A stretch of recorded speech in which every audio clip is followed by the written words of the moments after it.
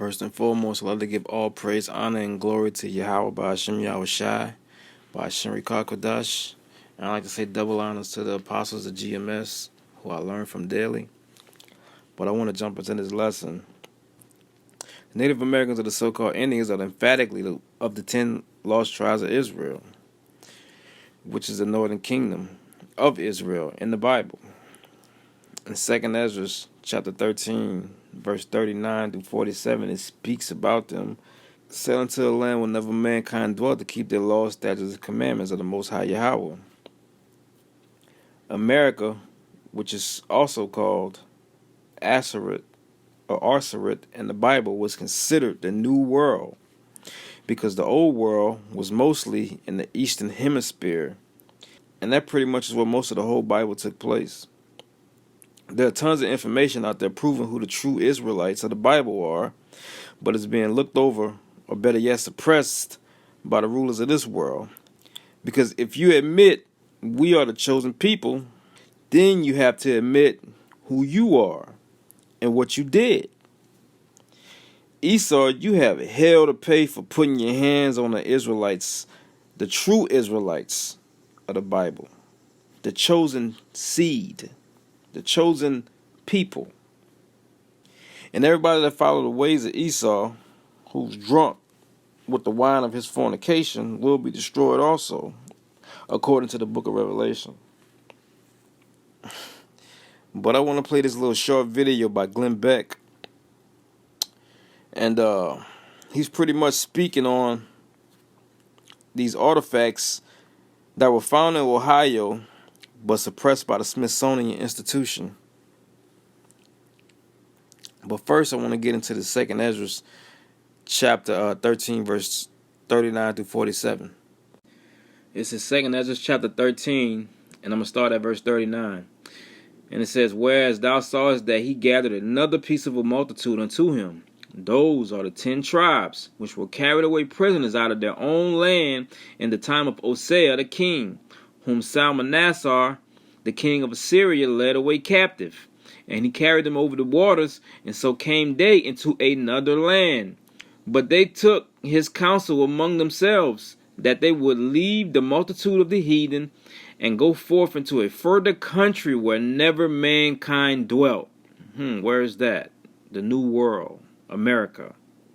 Why America is called the New World? The other continents were unknown to the Europeans. After Columbus discovered the American continents, the world of Europe, Africa, and Asia were often referred to as the Old World, while the Americas were called the New World, because it was an unexplored region at the time.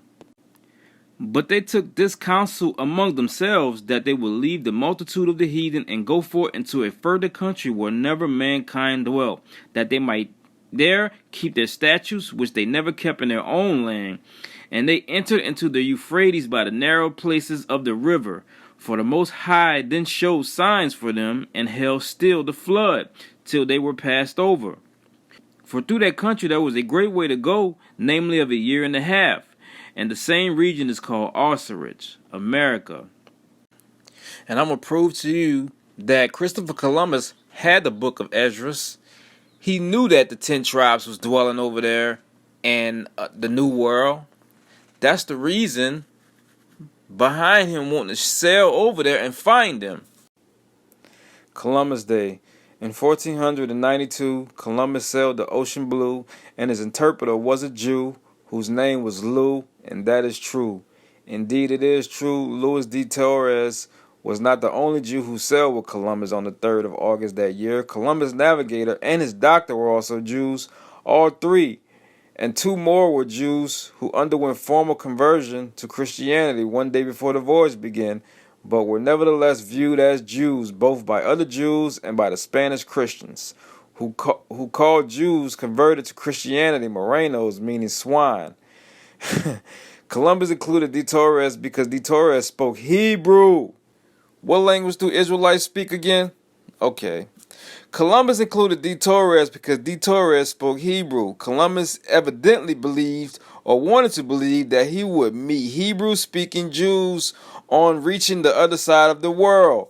Columbus believed he would find the 10 lost tribes of Israel there, and hence thought he would need a Hebrew speaker.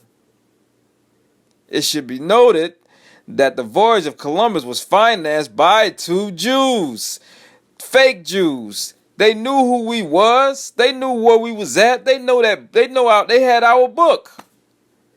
Come on, man, you got to put it together. But let's get into this video with this Edomite Glenn Beck and let him break down these artifacts for you. Let me show you one more connection. In 1860, David Wyrick, he's a guy who surveyed the Newark earthworks. He was digging into a mound near those earthworks, and he found a wooden coffin made of oak. They opened up the coffin and found a skeleton of a man holding a little box. It was about 8.10 inches in size. The box had been cemented shut here. This, by the way, is sitting in Ohio. Well, he opened up the box and he found a little man inside, a little black stone. They took it to scholars and they looked at it. The man seems to be carrying something, and there's writing here at first they couldn't recognize. The writing is, they thought in 1860, some sort of Hebrew.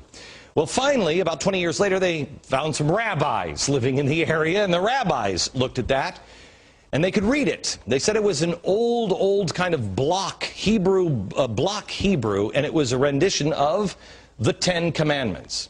Now, this is another piece. Block Hebrew, they said they'd never seen anything like it. Mainstream archaeologists at the time called this a hoax. But then in 1900, or just about after 1900, in Israel, they found the same block-style Hebrew writing. Mainstream archaeologists still dismiss the findings. They found it in Israel, and they found it in Ohio. But there was another stone that they found that they couldn't argue. This is the Bat Creek stone. It was found during the course of an official Smithsonian evacuation. The Smithsonian didn't understand the meaning of the writing on the stone. They thought it was Cherokee, since it came from Cherokee country. They didn't realize that it's actually Hebrew. They had published this originally upside down. They threw it in a box at the bottom of the Smithsonian, put it in the basement. Many years later, a scholar took it out of the box, looked at it, and went, oh my gosh, it's upside down. It's Phoenician, ancient Hebrew. So what's going on here? What is that about? Where is that history? I'll show you in a few minutes, and we're going to have a conversation. I'm going to show you some more things that the Smithsonian, science, government, commerce colluded to erase. Of my proposals. In support of them, I have a mass of evidence which I fully believe will convince your excellencies. These calculations show that we can expect to reach India after sailing some 750 leagues. But if we leave mathematics and physics and turn to the scriptures, we find justification for supposing that there is land between us and India. And where do the scriptures say that? The prophet Esdras. And where do the scriptures say that? The prophet Esdras. And where do the scriptures say that? The prophet Esdras. And where do the scriptures say that? The prophet Esdras. Do you seriously believe in a new world across the ocean? I'd stake my life on it. Right. Brother Jose will show you to the guest chamber. I hope you'll do us the honor of spending the night here. You are too kind, Father. Not at all. You shall pay for your supper by telling us more about this new world of yours. And with that, I'd like to give all praise, honor, and glory to Yahweh, Ba'ashem Yahushai, Ba'ashem Rikakadash, and Shalom to the elect.